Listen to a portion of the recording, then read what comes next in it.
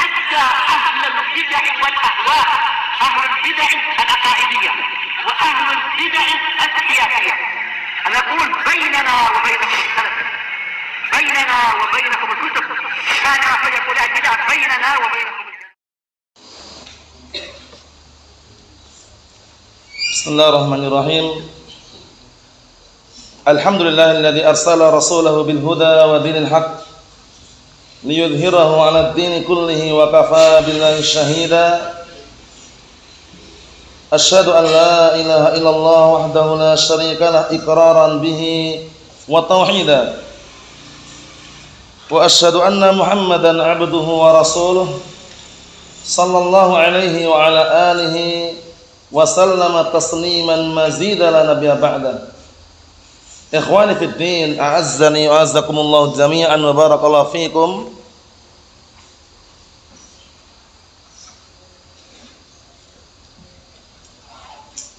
Sebelum kita lanjutkan seperti biasanya, hadis yang kita ambil kemarin dari kitab 300 hadis sahih muttafaqun alaih yang diambil dari Riyadhus Shalihin yang dikumpulkan oleh Syekh Al-Fadil Abu Abdurrahman Abdullah Al-Riyani waffaqahullah, yaitu hadis yang pendek satunya juga enggak terlalu panjang, mudah dihafal. Yang mampu menghafal dua-duanya hani'anlah. Naam, merupakan suatu kenikmatan dan juga kebaikan untuknya. Yang hafal cuma satu, la ba'sa bih, tidak masalah. Yang penting ada yang dihafal. Yang hafal dua-duanya dibaca serentak, suara yang lantang, tegas, jelas. Adapun yang tidak hafal, ahsan duduk saja. Jangan pura-pura berdiri.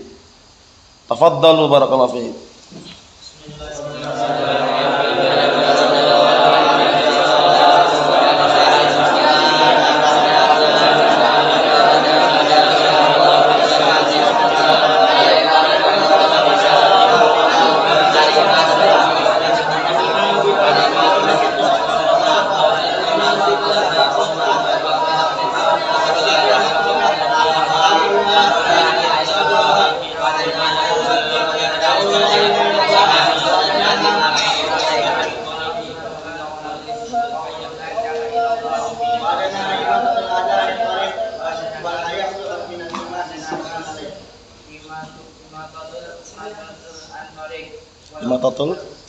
Imatatul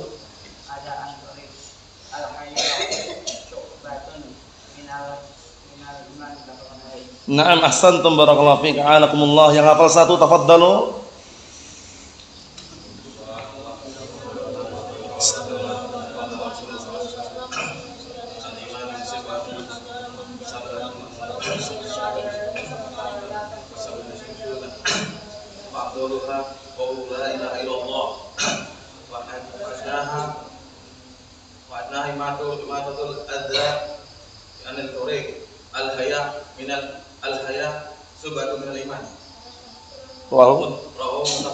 Naam, ahsantum barakallahu fiik.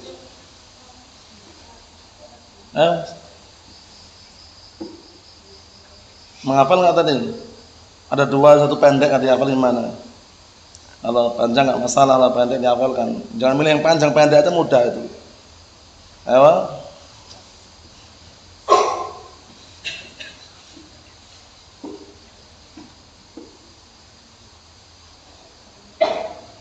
Sampai mana? Sampai mana?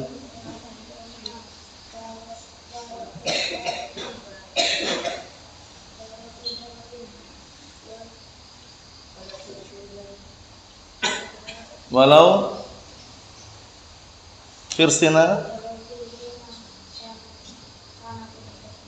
ayo nanti dihafal, mungkin pendek diulang-ulang, jangan mendadak ngafalnya. Caranya gitu, triknya itu diulang-ulang dulu baru dihafalkan. Jadi dikasih kitab ini disemangati, bukan sibuk dengan yang lainnya. Barakallahu fiik, a'anakumullah. Kita lanjutkan, perhatikan baik-baik. Aktivitas yang lain dihentikan, fokus memperhatikan biar tahu artinya dan juga mudah dihafal. Qala al-mu'allifu asbahullah babun fil iktisadi fit ta'ah. Masyaallah, bab sederhana dalam ketaatan. La ifrat wala tafrid. Tidak berlebihan, tidak meremehkan suatu ketaatan.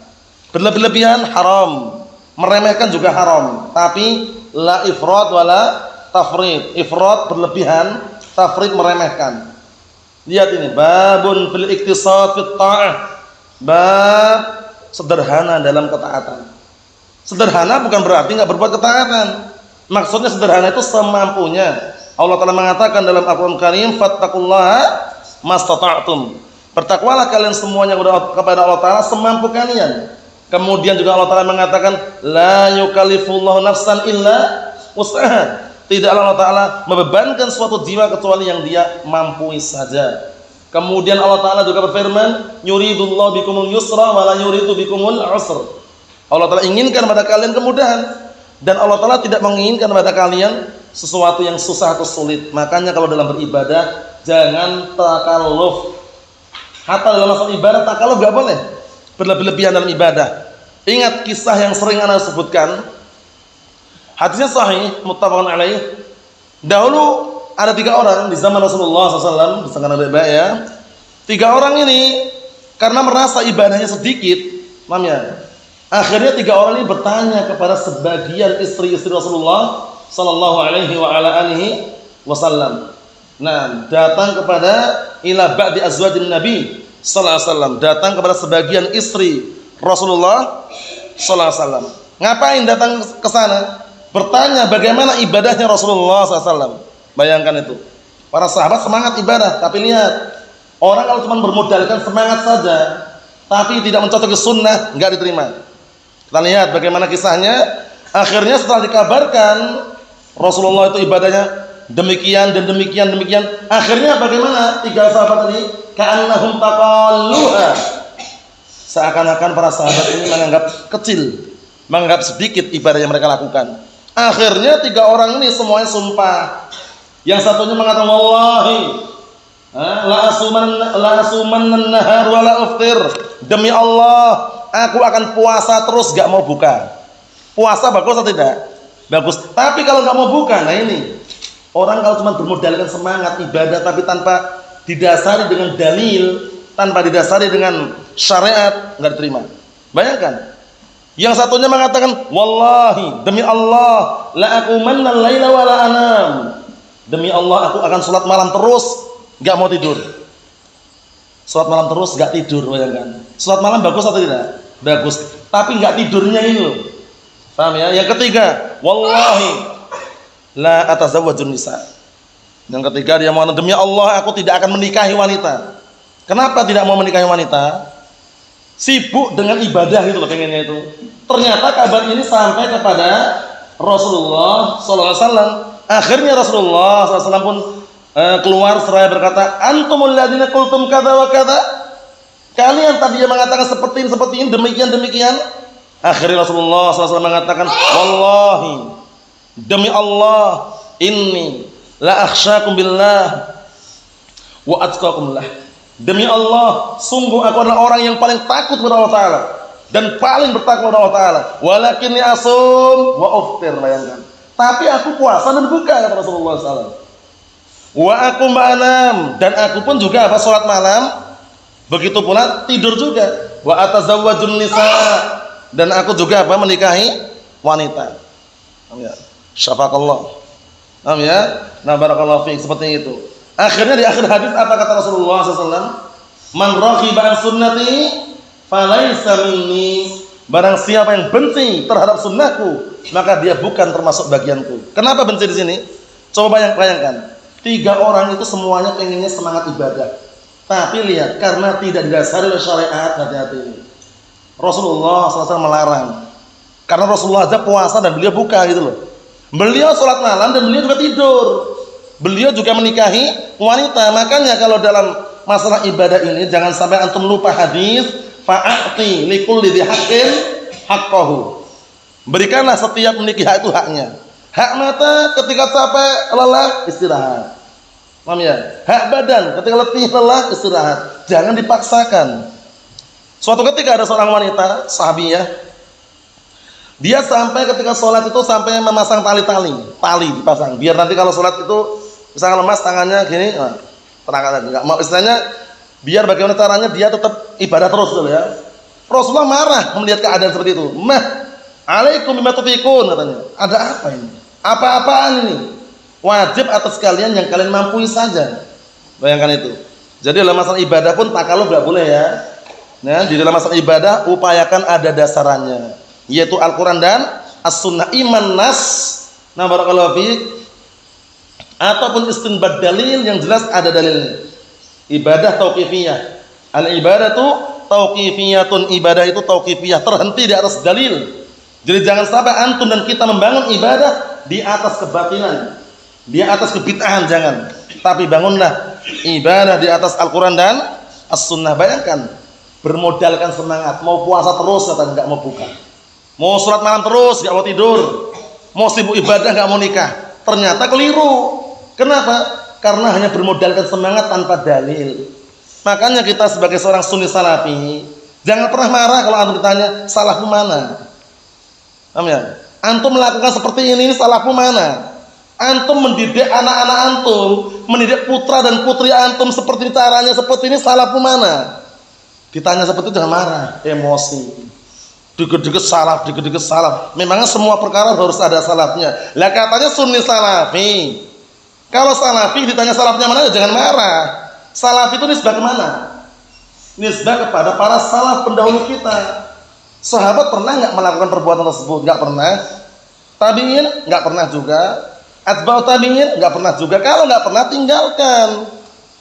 Ente yahi antum membangun dakwah di atas yayasan, itu salafmu mana? Ada nggak salafus saleh mereka punya yayasan? Punya organisasi, parlemen, lembaga. Pernah dengar antum? Yayasan Abu Bakar Siddiq pernah? Yayasan Umar bin Khattab enggak pernah kan?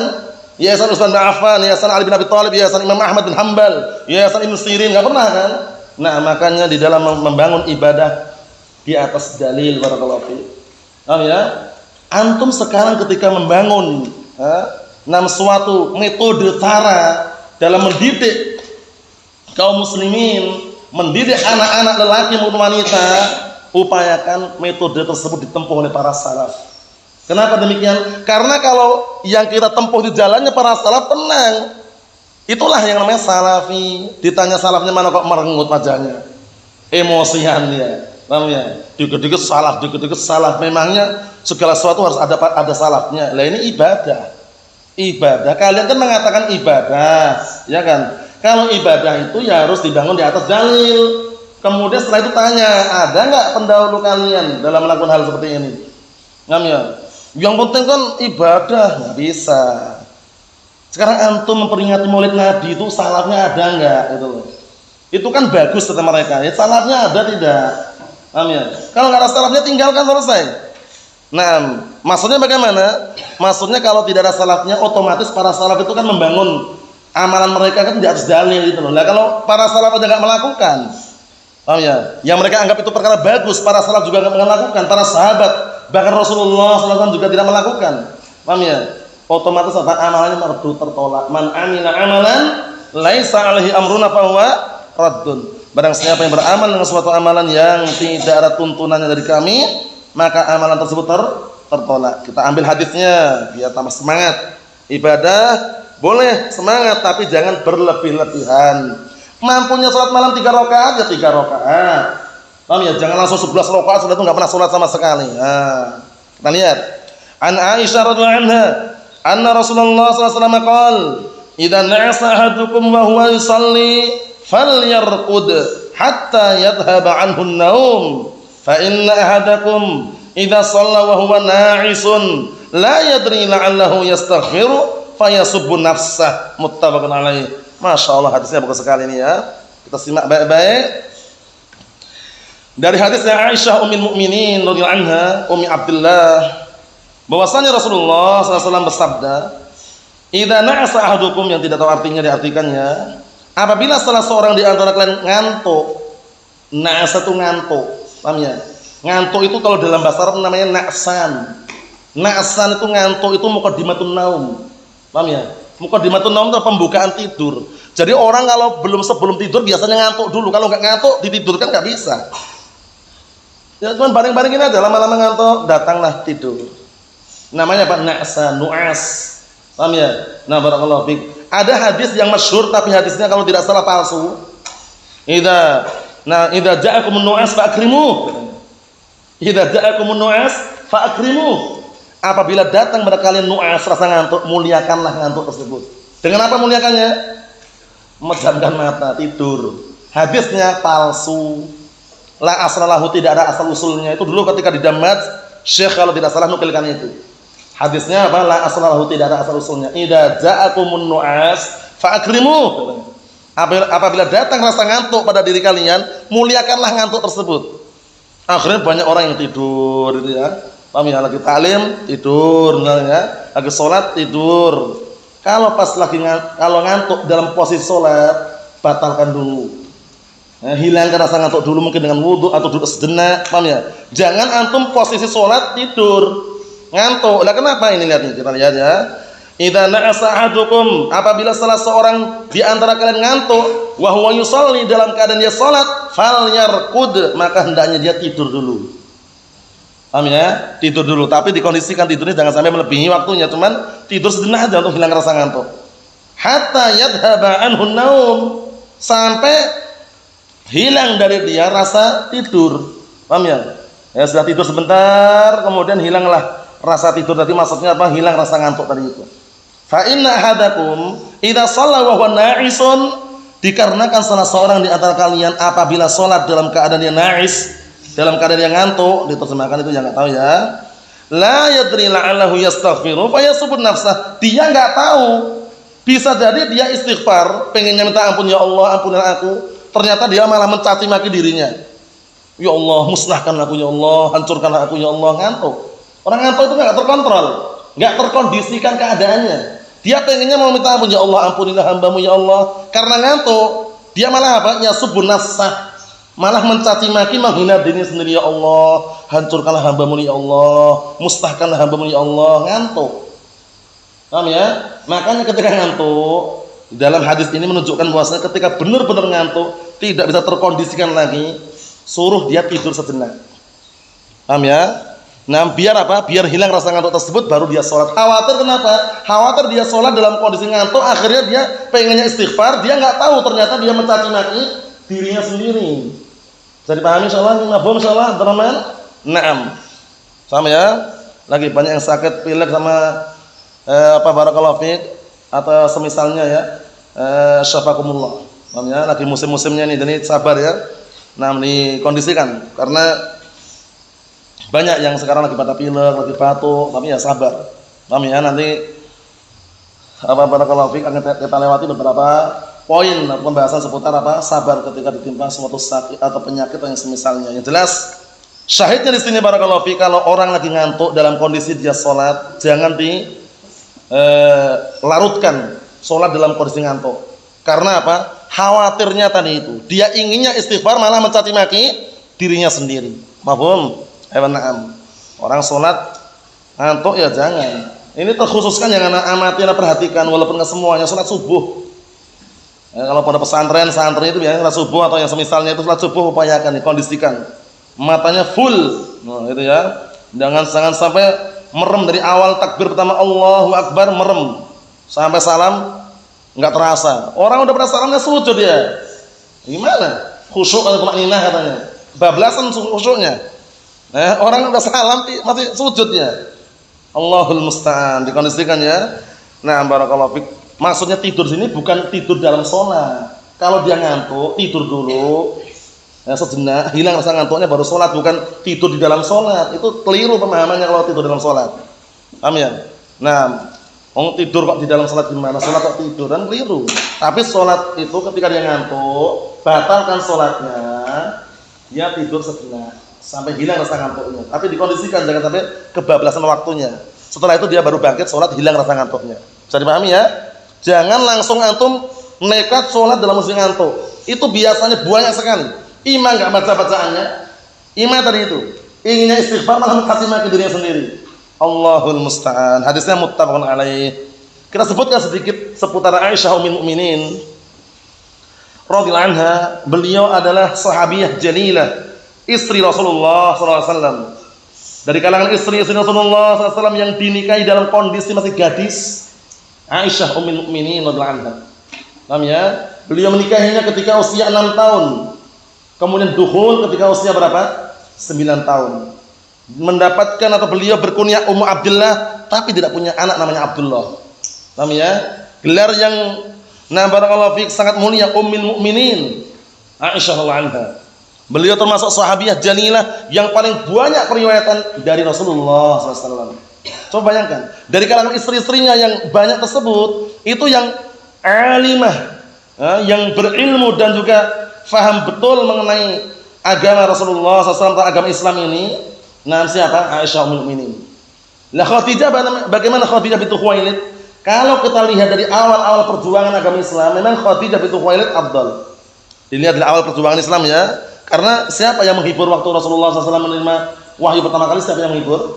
Khadijah bintu Khuwailid. Ketakutan. Zammiluni, zammiluni. Selimutilah aku, selimutilah aku. Siapa yang menghibur? Khadijah bintu Khuwailid. Nah, tapi kalau dilihat dari segi keilmuan, Aisyah afdal. Karena beliau termasuk apa? Termasuk dari kalangan al-muksirun fi riwayatil athar. Termasuk dari kalangan 6 sahabat yang paling banyak riwayatnya dari Rasulullah sallallahu alaihi wa ala alihi wasallam. Antum sudah hafal antum matanya? Sudah? Belum? Nah, dikondisikan ya. Nanti dihafalkan. Antum sudah hafal Hafid? Sudah hafal belum? Sudah? Sudah ya, bismillah.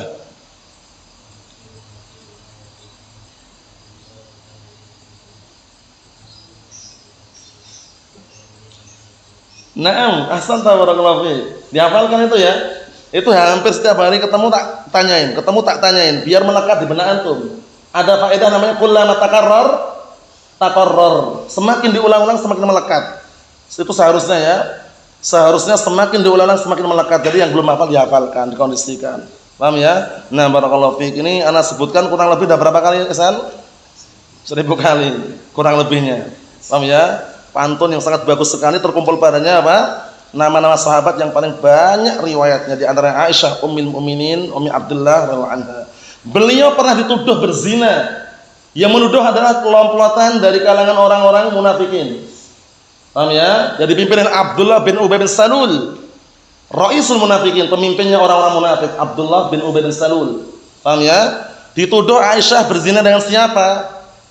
Siapa sahabat yang dituduhkan? Ayo, Sofwan bin Mu'attal As-Sulami. Nah, ahsan. Waktu itu tragedinya ketika pulang dari mana? Mustalik. Nah, itu pernah ghazwah Bani Mustalik atau Al-Muraisi. Paham ya? Nah, barakallahu fiik. Kemudian tertinggal pasukan, tertinggal barakallahu fiik rombongan, karena waktu itu Aisyah Ummul Mukminin lagi ngapain? Sedang nyari apa awal mulanya? Nyari apa awal mulanya? Awal buang hajah, kemudian setelah itu merasa kehilangan apa? Kalung yang beliau pinjam dari siapa?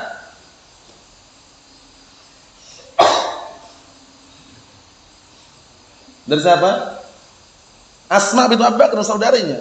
Enggak ketemu. Paham ya? Atau saya nyari, kemudian setelah itu ke tempat semula, ternyata rombongan udah berangkat. Datanglah Sofwan bin Mu'attal As-Sulami juga sama-sama posisinya apa? Nah, beliau juga orang yang dikenal apa? Dikenal barakallahu fiik, istilahnya istirahatnya lama gitu ya. Kemudian datang dalam kondisi menjumpai Aisyah Ummul Mukminin itu dalam kondisi apa? Sendirian situ. Enggak mengucapkan apa-apa kecuali kalimat tarji', innalillahi wa inna ilaihi raji'un. Kaget gitu.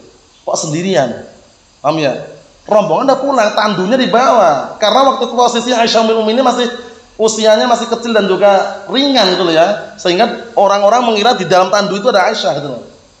Ternyata enggak ada. Diantar pulang oleh siapa? Sofwan bin Mu'attal As-Sulami. Ternyata di Madinah sudah ada apa? Gerombolan orang-orang munafik tadi itu. Dipimpin oleh Abdullah bin Ubay bin Salul. Akhirnya disebarluaskan, diviralkan, akhirnya apa? Aisyah berzina dan Sofwan bin Mu'attal As-Sulami. Semuanya hampir apa barakallahu fiik goncang. Ada yang tidak percaya juga barakallahu fiik, ada yang percaya. Paham ya? Kemudian apa? Hingga keluarganya saja hampir kena. Karena isu tersebut ya, tapi Aisyah Ummul Mukminin sabar luar biasa. Sampai Allah Ta'ala turunkan surat An-Nur. Itu diantaranya adalah apa? Bentuk apa? Bentuk pembelaan terhadap Aisyah Ummul Mukminin, Ummi Abdullah radhiyallahu anha. Kisah ini dikenal kisah apa? Sudah kita lihat berkali-kali. Dikenal kisah apa Muhammad? Dikenal dengan kisah apa Muhammad?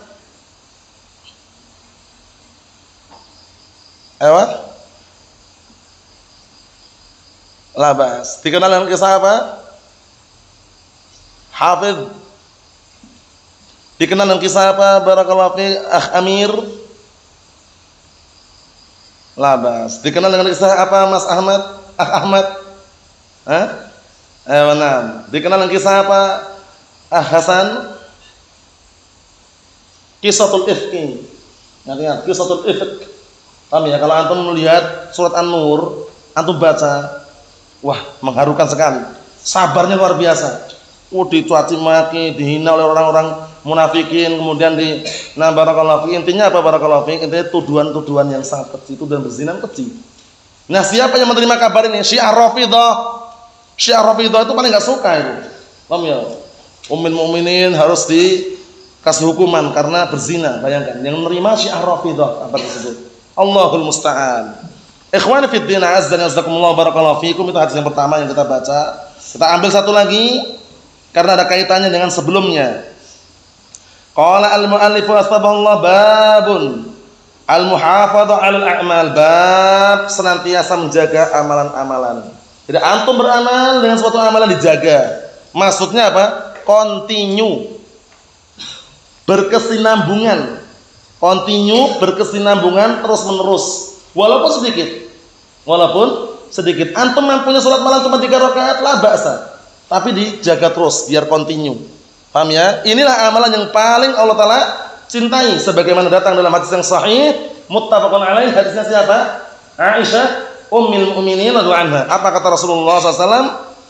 Ahabul a'mal ila Allah azza wa jalla ma dawama alaihi sahibu wa in qal. Amalan yang paling Allah telah cintai adalah amalan yang pelakunya itu continue, berkesinambungan terus-menerus walaupun sedikit. Itu dikondisikan ya. Barakallahu fikum, hadisnya sahih. Jadi dalam masalah amalan dijaga. Jangan sampai kita langsung target yang paling tinggi kemudian setelah itu enggak beramal sama sekali. Paham ya? Salat tarawih misalkan atau salat malam 11 rakaat langsung misalkan, setelah itu enggak pernah salat sama sekali, jangan. Karena hadis yang akan kita baca ada teguran dari Rasulullah SAW kepada Abdullah ibn Amr bin As. Yang mana Abdullah bin Amr bin As, beliau dikenal dengan abidu as-sahabah, ahli ibadahnya para sahabat. Itu pun ditegur karena apa? Jangan sampai berlebihan. Orang beribadah itu semampunya. Fattaqullaha mastata'tum, itu patokannya.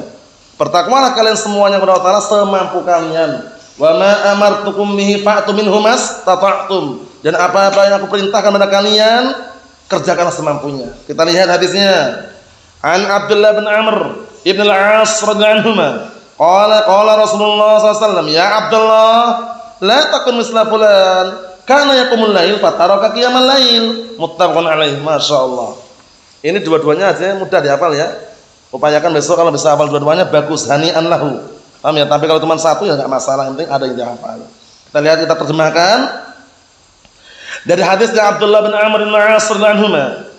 Beliau telah berkata Rasulullah SAW, ya Abdullah, wahai Abdullah, kamu jangan seperti si fulan. La takun misla fulan, kamu jangan seperti si fulan. Kenapa? Karena yaqumul lail fataraka qiyamal lail. Dulunya si fulan itu salat malam, sekarang dia meninggalkan salat malam. Sebabnya kenapa kira-kira ini? Berlebihan. Paham ya? Orang kalau takallu fid din enggak diperbolehkan. Makanya Rasulullah SAW dalam hadis Abdullah bin Mas'ud radhiyallahu anhu, beliau mengatakan halakal mutanatti'un. Apa mutanatti'un? Al-muta'ammikun, orang-orang yang berlebihan, ekstrim, gulu dalam suatu ibadah. Celakalah bagi orang-orang yang gulu, yang ekstrim. Seperti itu. Paham ya? Al-mutanatti'un adalah orang-orang yang gulu, yang ekstrim. Paham ya? Karena gulu atau ekstrim, paham ya? Nah, barakallahu fiik, berlebihan itu termasuk apa? Sebab dibinasakan umat-umat sebelum umat Nabi Muhammad SAW. Apa kata Rasulullah SAW dalam hadis yang sahih? Iyyakum wal ghuluwa fa innal ghuluwa ahlaka man kana qablakum. Hati-hati kalian, hindari sifat ghulu, ekstrim, berlebihan. Karena semuanya orang-orang sebelum kalian dibinasakan karena ghulu. Paham ya? Jadi sikap ghulu dihindari. Jangan sampai berlebihan. Barakallahu fiik. Ahlu sunnah semuanya berhenti di atas dalil, di atas hujjah argumen Al-Quran dan As-Sunnah. Karena sudah jelas sekali yang halal-halal, yang haram-haram, ya, yang bid'ah-bid'ah, yang syirik-syirik. Jangan sampai antum barakallahu fiik menempuh jalan yang berlebihan.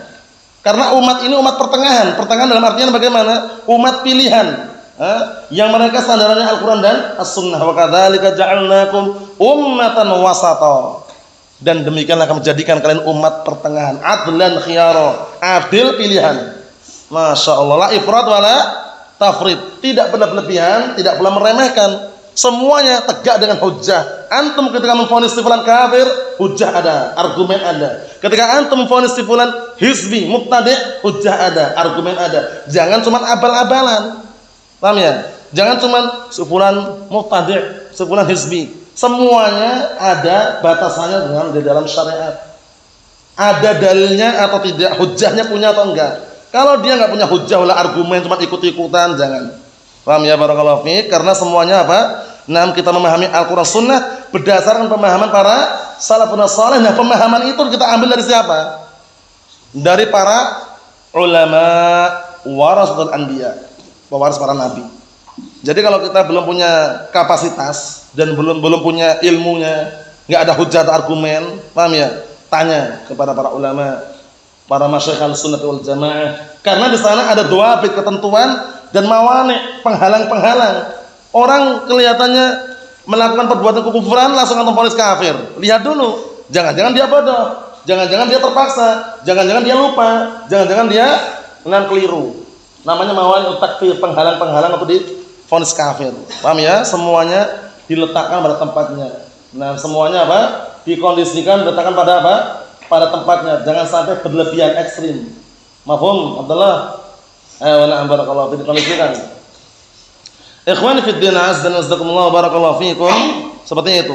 Jadi, dalam masalah ibadah jangan sampai kita berlebihan atau ekstrim sehingga apa? Akhirnya ujung-ujungnya meninggalkan ibadah tadi itu. Semuanya semampunya. Paham ya? Dikerjakan sesuai dengan kemampuannya. Mampu 3 rakaat ya 3 rakaat. Paham ya? Taruhlah dia waktu itu enggak mampu karena mungkin sakit, tetapi 1 rakaat enggak masalah, tapi intinya continue. Intinya apa? Continue. Hadisnya muttafaqun alaih ya, dihafalkan surah 2 ini. Nah, barakallahu fikum. Hadis yang pertama seputar apa? Sederhana dalam ketaatan. Hadis yang kedua adalah apa? Untuk senantiasa menjaga amalan-amalan, yaitu dijaga agar senantiasa continue, berkesinambungan, terus-menerus dilakukan, karena itulah amalan yang paling Allah tercintai, yaitu sedikit enggak masalah tapi continue. Wallahu a'lam bissawab. Alhamdulillah.